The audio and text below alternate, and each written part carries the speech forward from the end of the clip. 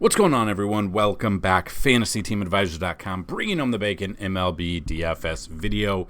It is Saturday edition. It is June 3rd, and we are back bringing you a pitcher and batter slate breakdown of all of the games. So normally 15 games, 16 due to Tampa Bay getting rained out on Friday night, which probably won't be in any of the slate, so we're not even really going to cover the first one. Which is kind of weird because it was supposed to be Glasnow versus Whitlock, and now it appears as Trevor Kelly versus Whitlock, and then Glasnow versus whomever, Boston, probably Corey Kluber, someone's going to happen. But yeah, so what we do here is we go through all of that. If you're new, we're going to go through all of the pitching, all of the bats there.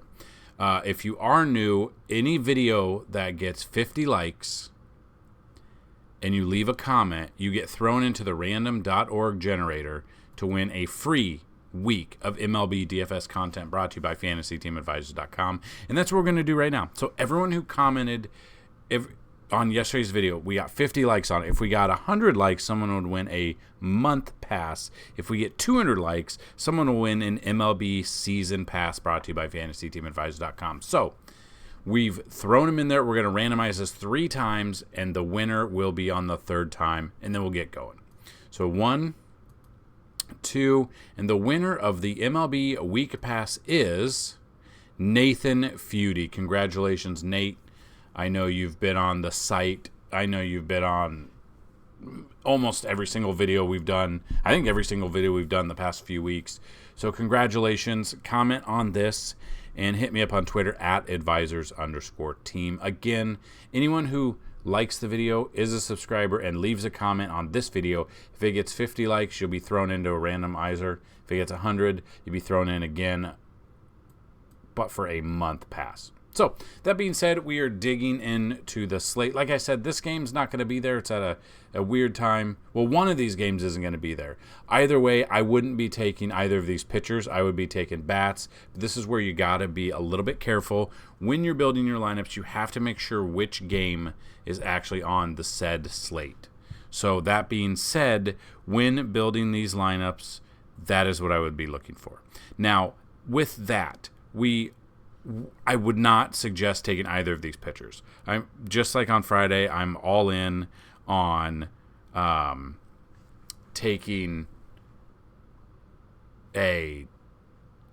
just the Tampa Bay bats, basically. This is a weird Saturday, though, because it's appearing that the main slate locks at 4:05 Eastern instead of 6:05 or 7:05. So that's something to look at. This game's probably not on there.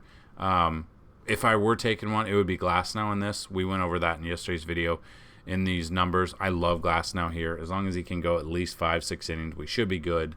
And then we don't know who's going to be there.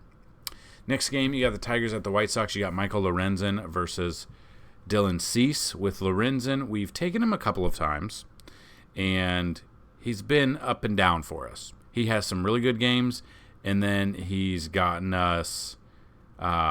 we took him against Kansas City, which he should have been good in, and he wasn't. 5.2 innings, 5 strikeouts, 5 earned runs. So that's kind of what I'm like, he's a tournament option for me. We did take him his last start, I believe on Saturday or last Friday, and he went 6.2 innings, 4 strikeouts, no earned runs against this same White Sox team. But that was at home. So I do like Lorenzen here. He's more of a cash option. Cease is more of a tournament, or Lorenzen's tournament option. Cease is a cash option against Detroit, which I do like those numbers. Cease, 105 plate appearances, 240 batting average. And we did take Cease his last start, which I believe should have been against the... Let's see. Yeah. He only went 4 innings in that one. That's the one that was iffy. He went 4 innings, 4 earned runs, but he did have 8K. So if he didn't give up those 4 earned runs, probably sniffing 40-ish fantasy points on Fanduel, which, I mean, yeah, I think it'd have been right. I think a run is -4. So, yeah, really like Cease. Hopefully, he's a little bit better than he was on the road against the same exact team. Cardinals at the Pirates. I love Jack Flaherty yesterday. He did good. I believe he gave up 1 earned run and then had 6 strikeouts, 5+ innings, and then the bullpen came up and Cardinals were up like 5-0 last I looked, and then Gallegos came in and the bullpen just blew it for him. Montgomery against the Pirates, 62 plate appearances, 228. I like him just like I like Flaherty. I think he's more of a tournament option over cash. And I'm not going to be looking at Luis Ortiz. I would be looking at the Cardinals bats. So I'd be looking at some combination of Arenado, Goldie, Edman, Wilson Contreras. Lars Nootbaar, I believe, just got put on the IL, so he is out. Paul DeJong, I don't mind him either against Luis Ortiz. So I'll be looking at Montgomery for tournaments, and I'll be looking at the Cardinals as a stack there. Mariners at the Rangers is next. Brian Wu is getting called up. Wouldn't trust him against this Texas team. Andrew Heaney, at the beginning of the year, if you'd have told me I'd be suggesting him on most nights he pitches, I would have said you're crazy. But he has been serviceable. He is the 4th highest priced pitcher on the all-day slate on Fanduel. There are some great pitching options in this one. And we'll look at those.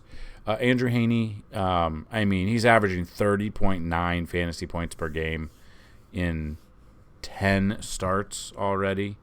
His lowest, his lowest was opening day against Baltimore. Gave up 7 earned runs and -7 fantasy points, but he's really come along. Trying to see if he's faced Seattle this year. He did. So 3 starts ago, he faced them. 6.2 innings, 7 strikeouts, 3 earned runs, 36 fantasy points. That was in Seattle. Now he gets to face them at home. I do like Andrew Heaney here. Probably with the other pitchers that are on the slate, this moves Heaney to more of an SP2 or tournament option there. And then I would be looking at some of the Rangers bats, depending on when the all of the numbers come out and the batter trends come out, Vegas numbers and stuff like that. I'm more inclined to look at the top of the order. So Brian Wu, right-handed pitch. I'd be looking at Corey Seager, Marcus Semien, Garcia, Nate Lowe, Josh Jung, all of them. I would definitely be looking at those bats against Brian Wu. On the flip side of that, if you want to put Brian Wu in a tournament because he's making his major league debut, we like that sometimes, even if it's against Texas. It'll really depend on the weather, though, because when Texas is humid, balls fly out of there. But they do have the retractable roof now, so that could be cut in half a little bit. Next game, Phillies at the Nats. I really liked Zach Wheeler yesterday, and he shit the bed. Nothing against it. That's what he did. They still put up a ton of runs, but he gave up too many runs to the Nats to even make it serviceable. So we don't have a pitcher now. Probably not looking at him, but we'll see later on when it comes up. Mackenzie Gore against the Phillies, 19 plate appearances, 176. I want to say I used him last time.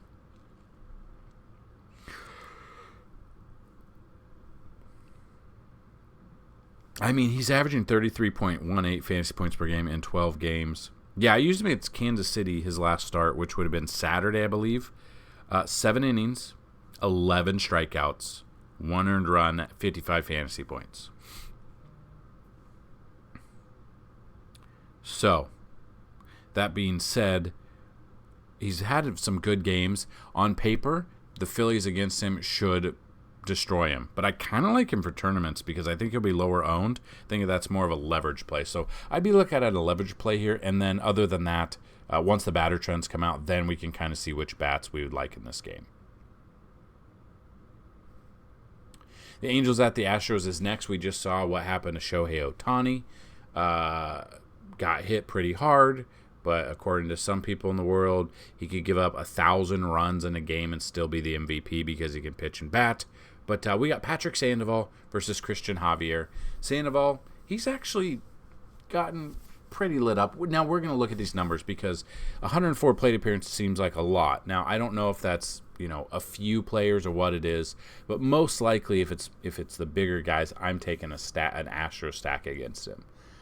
Probably overall, without even looking at the numbers, I would stack the Astros against Sandoval, and I would use Javier in both cash and tournaments. But let's see what Astros bats have actually had success against him in 104 plate appearances. I mean, Jordan 4 for 14 with a double and 2 home runs. Doesn't matter if it's lefty on lefty. He is so good. It's disgusting how good he is. I love Jordan. Hopefully his trajectory just keeps going up because I have a ton of his rookie cards. Kyle Tucker is next, 5 for 14 with a double and 2 home runs. Alex Bregman, 5 for 11 with a double, triple, and a home run. Maldonado, 4 for 10 with a home run. McCormick, 5 for 11 with a home run. Altuve, 2 for 13 with 2 doubles. So, yeah, I'm definitely stacking here. I don't care about Altuve's numbers against him. Still like him. He goes the other way. He gets on base. He can steal some bases. So I am definitely looking at an Astro stack here. It's probably going to be one of the top stacks on the slate. Jordan, Tucker, Bregman, Altuve. If you can, I mean, and though that's going to be really expensive, so you're going to have to find some salary relief somewhere because it's good. If you use an Astro stack, it's probably going to be pretty expensive there. And I do like Javier against the Angels. He's got good numbers. I mean, 74 plate appearances, striking out almost 50% of those batters. Sign me up with Javier against the Angels. He might be, yeah, absolutely. Rockies at the Royals, Austin Gomber versus Daniel Lynch. I don't like either of these pitchers. I can't get a feel for these pitchers. You know that I like a pitcher against the Royals. If I'm taking one, maybe I'll look at Gomber here in tournaments, in 24 plate appearances, 150 batting average. But there's just other ones we can look at too on this slate. So that's my thought. If I'm taking one, most 99% sure I won't have either of these guys. So we won't even talk about it. The bats that come to mind, no bats really come to mind. This might be a game that I would avoid. We'll wait for the batter trends. We'll see if anyone's trending upwards for this. But yeah, there's one of these games. This is what I'd mark it out. Blue Jays at the Mets is next. You got Jose Barrios versus Tyler Meagle. Barrios has actually come on strong lately. Looking good, getting strikeouts. Maybe he's back to his stud form when he was with the Twins. I like him, especially against the Mets in Citi Field. Barrios, 61 plate appearances, 246 batting average, 23% strikeout rate. Flip side of that, Meagle, 24 plate appearances, 16.7 K percentage, but a 286. So I would probably be looking at a Blue Jay stack. I love Bo Bichette. Kiermaier will be a salary relief there. Brandon Belt's 3 for 7 with 2 home runs. You could go Varsho too. You could go Vlad. Not necessarily saying just stack the Blue Jays, but those are some of the bats that I would like. But I definitely like Barrios. I think he's both cash and tournament chances here. Athletics at the Marlins, you got Luis Medina versus Yuri Perez. Neither has faced the other team before. I love Perez here.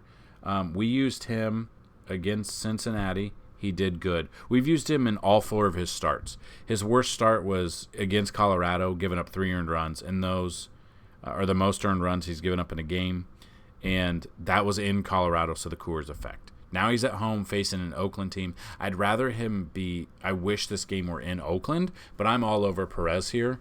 Probably not Medina. Maybe throw Medina in tournaments, but I love Perez for cash and tournaments. Brewers at the Reds, yeah, just like yesterday. Didn't like the matchup there for either team. They put up a ton of runs because this stadium puts up a ton of runs. So I am not looking at either of these pitchers. Possibly the bats that jump out. I mean, Graham has only faced 30 plate appearances, 259 batting average. Rowdy Tellez, 2 for 6 with a double. Christian Yelich, 2 for 9. Tyrone Taylor, 3 for 7. Maybe some of those bats. But this isn't one that I feel you need to stack either team. But when the trends come out, we can look at that. But I don't want anything to do with either of these pitchers. I think we're going to see a ton of runs just like we saw yesterday. And we want some of the bats in this game because, again, Great American Ballpark gives up a ton of home runs, gives up a ton of runs too. So that's my thought in this game. Will it change? No, I won't have exposure to either of these pitchers. Guardians at the Twins is next. Logan Allen versus Sonny Gray. This could be a low-scoring game. I like both of these guys. Logan Allen, he's getting strikeouts. He's a rookie. On the flip side, Sonny Gray just has been pitching lights out this season. 125 plate appearances against Cleveland, 259 batting average, 20% K. Just looking at Sonny Gray, let's see. The problem has been he's given up 2 earned runs in his last 3 starts, 4 innings, 5 innings, 6 innings. The strikeouts just aren't there. That's the problem. I'm trying to see if he's faced, and he did face Cleveland 5 starts ago on May 6th, 5 innings pitched, 6 strikeouts, but had 3 earned runs. So there are just other pitching options. I don't mind either of these, but the strikeouts just haven't been there for Sonny Gray enough to warrant paying $9,700 on FanDuel, because he hasn't gotten more than 27 fantasy points since May 12th against the Cubs, where he got 9 strikeouts. So that's the problem. His strikeouts haven't been there like we'd like them. Logan Allen, on the other hand, faced him 23 plate appearances, so 1 start, which would have been, let's see, trying to see if he fit. Yeah, May 6, 5.2 innings, 2 earned runs, only 3 strikeouts in that one. That's unfortunate. Again, both of these guys are serviceable. I think more of tournaments than anything else. Then you got the Yankees at the Dodgers. You got Garrett Cole versus Michael Grove. Garrett Cole has been, his first 7 starts, I believe. How many starts has he had? Let's see.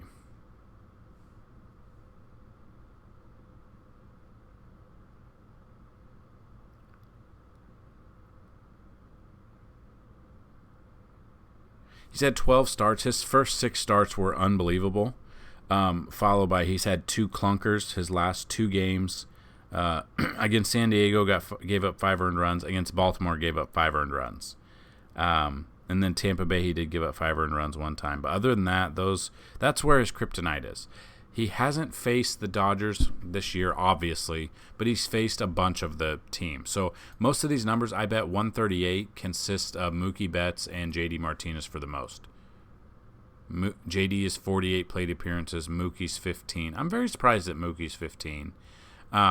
Jason Hayward at 31, being with the Cubs, and Cardinals being with the Pirates. But other than that, it's very ticky-tacky. It's very low. They haven't had success. So outside of these guys who they've seen him a ton, Freddie Freeman, 6 for 17 with 3 doubles and a home run. Wouldn't be surprised if Freeman hits a home run.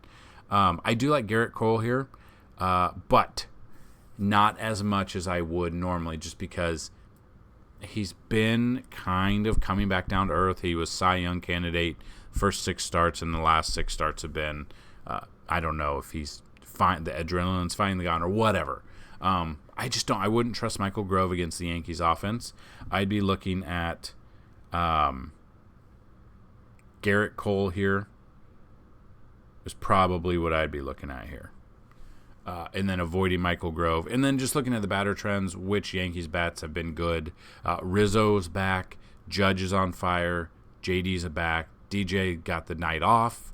I'd be looking at Garrett Cole. And then if we're not taking him, like Mookie, JD Martinez, Freddie Freeman, they've all had their number with him. So that's my thought there. And again, there's so many good pitching options tonight. Orioles at the Giants as the next game. You got Kyle Bradish versus Alex Cobb. Bradish has never faced them before, and it's in San Francisco. I'll take some Bradish here. Cash or tournament, especially on DraftKings, he is definitely an SP2 for us at minimum. And then Alex Cobb, 28 plate appearances, 185. While those numbers are good, the Orioles are just hitting this year. They're really good. So I probably won't have any Cobb. I would be looking at Orioles bats, and I will be taking Kyle Bradish in this instance. Then we got the Cubs at the Padres. You got Drew Smyly versus Yu Darvish. Drew Smyly facing his old team, I believe. 105 plate appearances, 181 batting average. I feel like he just faced them, right? Or am I crazy? No, I am crazy. He faced Cincinnati. But against Cincinnati, they're a bad team. 4.2 innings, 5 earned runs, only 2 strikeouts, 5 fantasy points. I honestly, I don't think I'm taking Drew Smyly. I know the numbers are good, but we've got Xander against him. Machado is back. For Tatis is hitting home runs. So, yeah. I'd probably take Darvish against his old team. For sure. Probably looking at Yu Darvish. He is coming off a bad game against the Yankees, his last start. 2.2 innings, 2 strikeouts, and 7 earned runs. I'm trying to see if he's placed the Cubs this year. No, he has not. But yeah, I mean, he's averaging 29.4. I'm looking at, if I'm taking one in this one, I'm looking at the San Diego Padres bats against Smiley, specifically the right-handers, and then I'm taking Yu Darvish against the Cubs. Then the final game on the slate, love Spencer Strider. He's the first pitcher to hit 100 strikeouts this year so far. 14 plate appearances, 250 batting average against Ryan Nelson. Now I know Ryan, the Diamondbacks have I think the tied for the best NL record, which is crazy this far into the season, which is awesome. Love to see some teams that have never been there before. So what I'm doing is I'm still taking Strider against them. He's got elite strikeout stuff. He's the number one pitcher. He's the late night anchor here. Hammer it down late at night here on a Saturday night. Last game on the slate, I love the Atlanta Braves and Spencer Strider. So I'd be looking at the Braves bats and Strider. Strider, I would not be surprised if Strider gets 8, 9, 10 plus strikeouts in this one. And there you go. There's the breakdown. The pitchers that are currently on the slate and that are out there, those are who we like. If you have any questions, comments, concerns, let us know down below. If you want to try to win a free week of MLB DFS content, all you got to do is like the video, be a subscriber, tell us who's going to hit a home run, what inning they're going to hit it in, and the distance traveled as a tiebreaker. Get those 3 things in there. Also, if this video gets 50 likes, someone will be randomly put in there. If you leave a comment, you'll be put into the drawing for a free week. If this video gets 100 likes, you'll get a free month. And if this video gets 200 likes, you'll get a free MLB season. Go check out FantasyTeamAdvisors.com. Hit the FTA Plus button. $10 a month until the All-Star break. And then we're going to pump it up to $25. And we'll be starting to add all of the NFL content. And we're very excited. All of you guys that have subscribed to the website in just the past month was huge. And everyone who's starting to subscribe to the YouTube page, it's been awesome. I've had like 300 plus subscribers. I got like analytics here from YouTube, and I like them. They're awesome. The views, the likes, you guys are sharing the videos. That's even better. So I'm very excited with the way this channel's going. I'm very excited the growth that we've seen, and I know it's going to get exponentially better once we start to get into NFL season, because NFL overall is awesome. Season long is awesome, and DFS is awesome too. So if you guys are excited for what that has to offer, hit that like button. Very excited for you. So good luck to everyone on this Saturday slate. We'll be back Sunday. Let's bring home some bacon. Peace.